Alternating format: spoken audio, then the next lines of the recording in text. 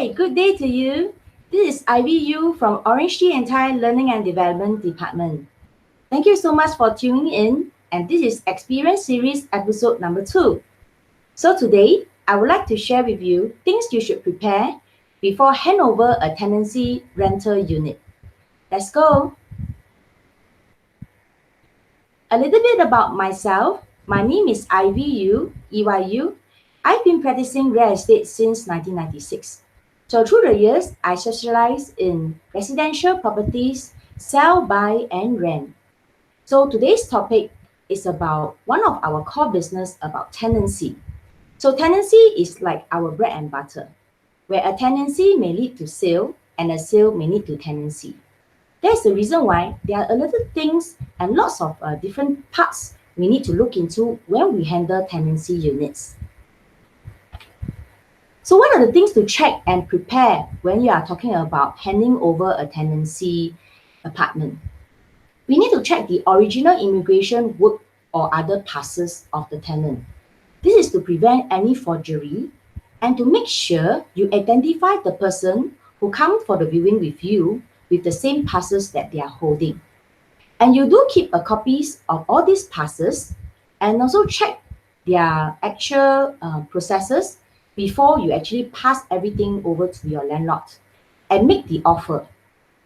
So once the offer is accepted, we will actually proceed to do up an inventory list that lists down all the fixtures and fittings in the apartment or the HDB flats. But of course, we will also need to draft out a draft tenancy agreement stating down all the details that's agreed between the tenants and the landlord. Next, we will prepare a condition report.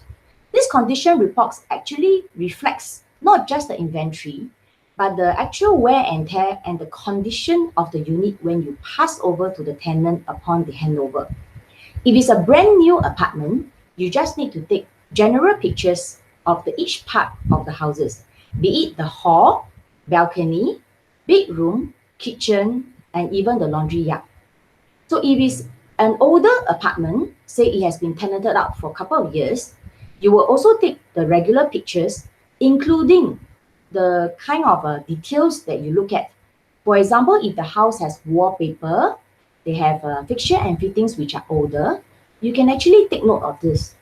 So later on, I do have some samples to show you how I do my picture inventory list and the condition report. Next, consolidate all the keys and access card. For HDB properties, most of the keys we are referring to the main door and the gates. And of course, regarding to those grill keys and bedrooms. Whereas for condo, we will have additional items such as the access card to the condominium. So bear in mind, we need to check all these are in working condition, able to open and close, and able to use before we arrange the handover. Last but not least, we prepare both hard copy and soft copy of tenancy documents. At this moment, because of COVID-19, we can't be presently doing takeover and handover. We will suggest that you use digital signature for all these documents. From the very beginning, for the letter of intent, all the way until tenancy agreement and the acceptance of the apartment or the HDB flats using the inventory list. I would like to cover a bit on how do we verify and check the potential tenants that comes and view our landlord's property.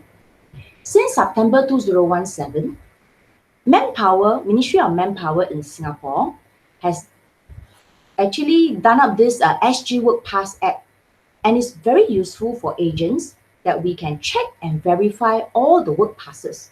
These include employment pass, work permit, special pass, intendant pass, and the social visit passes. So since September 2017, all the new passes actually do not have any expiry date on them anymore. In place, there is this thing called a QR code. Let me show you an example. The moment where you download the SG Work Pass app, and then you use the work permit itself, at the back of the work permit, you'll be able to see this SG Work Pass QR code. You can open up the app and scan this pass. And it also works for copies which is sent to you through JPEG and PNG files. And subsequently, at this app, you'll be able to see a screenshot. Save it, because over there, this screenshot, they will record down when did you scan on this pass, what are the pass type, when the pass expires, the employer details, occupation, and of course, more details on the card serial number. So all this actually help us to verify the passes validity dates and details. Now I'd like to show you a case study with regards to why is it so important that we as a salesperson, we need to double check on all these passes. This case actually happens to one of my team associates that he was doing a HDB rental. Tenant A and his family committed to a 2-year lease which commenced in June 2015. Tenant A was holding an employment pass where his family were all under dependent passes at the time. So during that time, when they enter into the contract, everything was fine and the agent has actually briefly checked that the pass is still valid. In September 2016, Tenants A agent received a call from ICA for an investigation. So we were also surprised that actually ICA do a random checks on some of the passes. So what actually happened? The passes for tenant A and his family were expired in June 2016.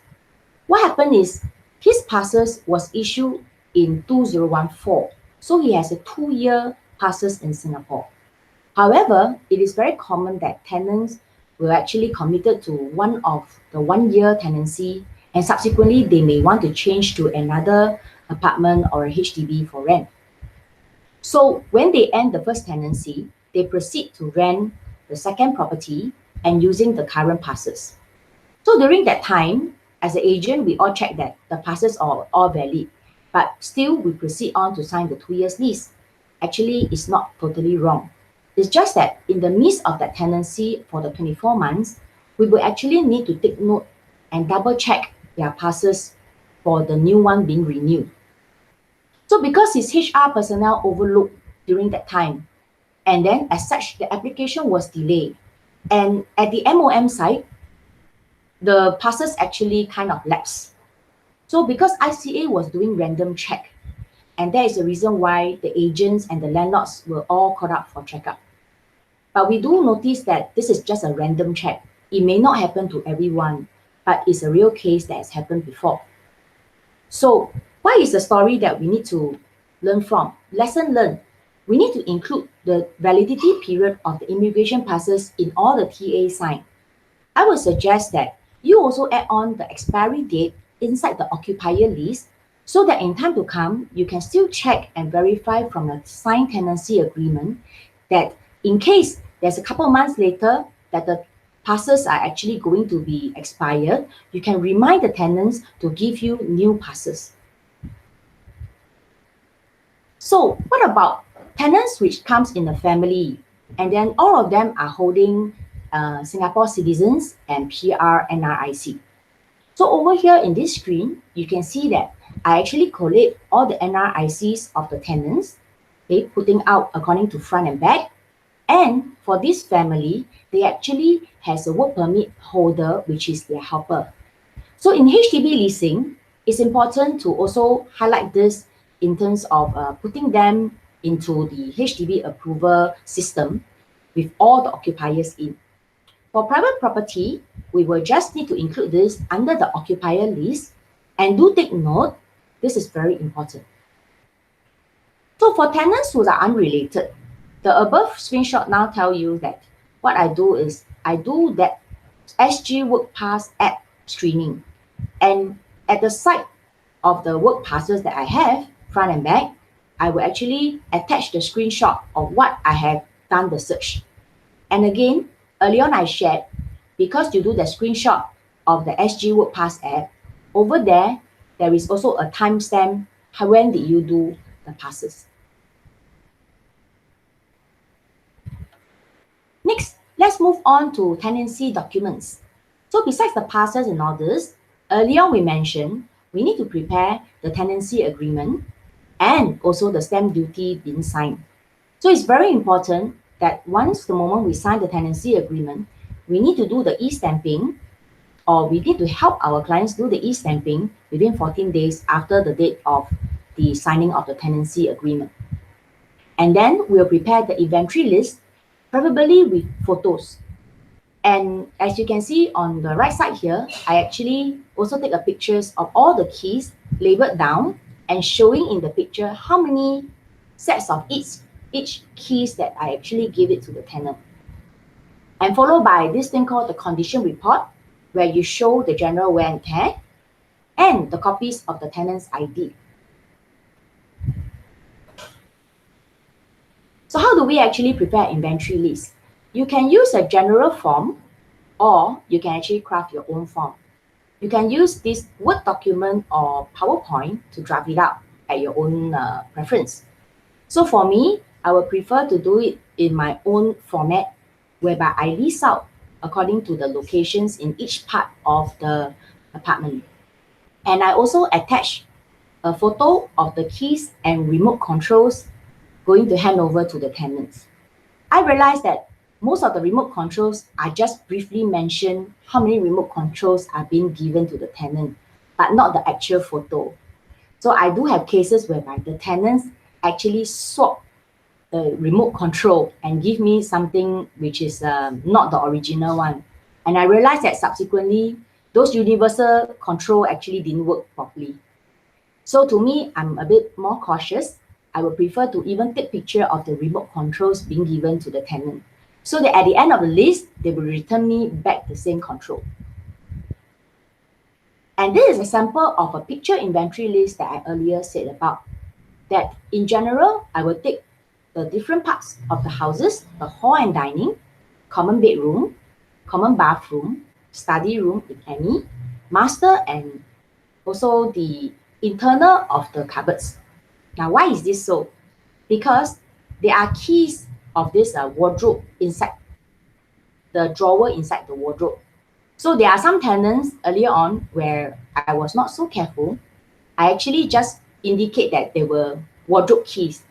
But when during the handover, they tell me that actually they didn't receive it.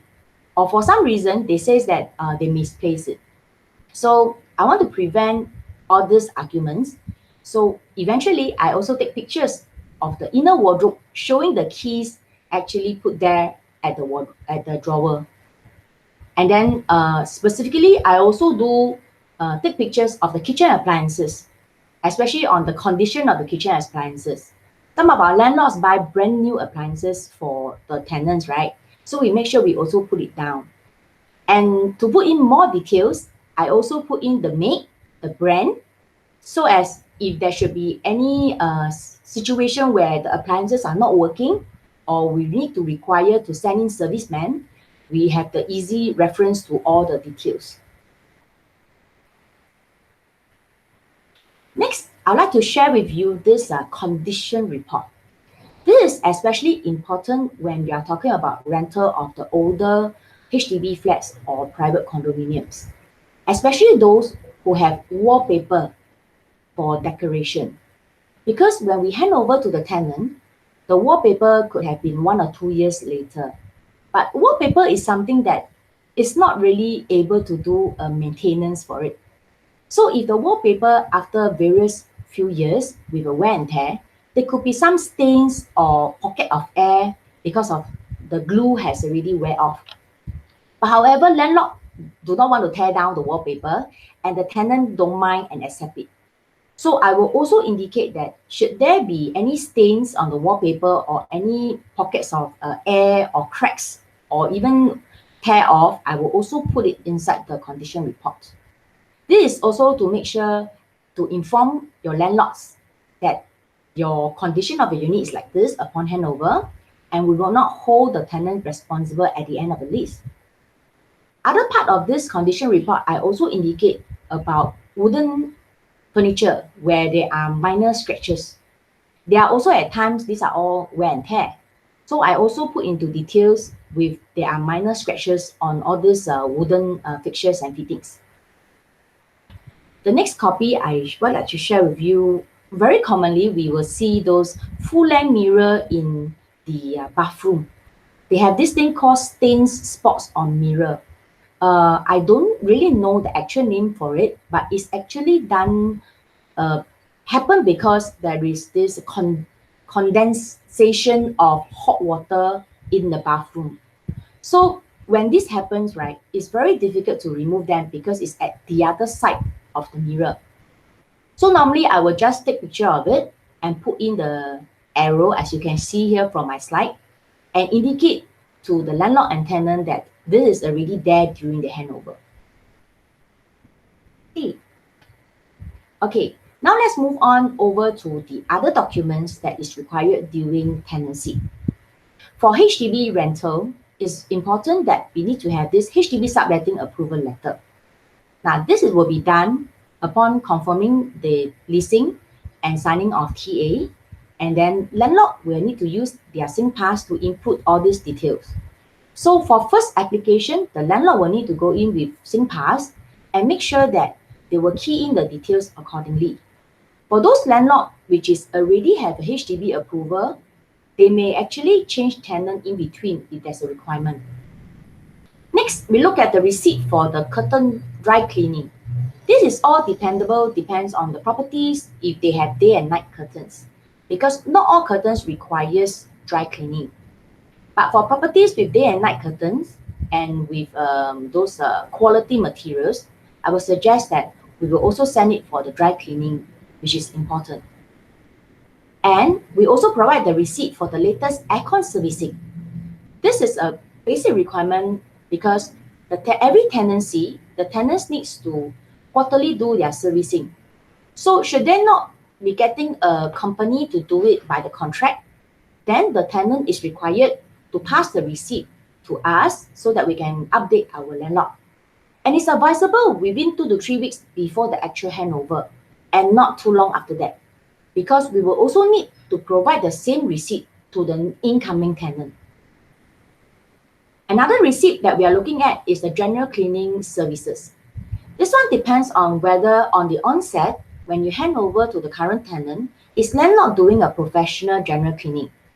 If there is such cleaning being done, we can show the incoming tenants that there's a receipt being done, and we do expect that they do the same general cleaning with receipt upon the end of lease. Now, what if there are some apartments or HDB whereby the landlord actually send in their own helper to do the cleaning, right?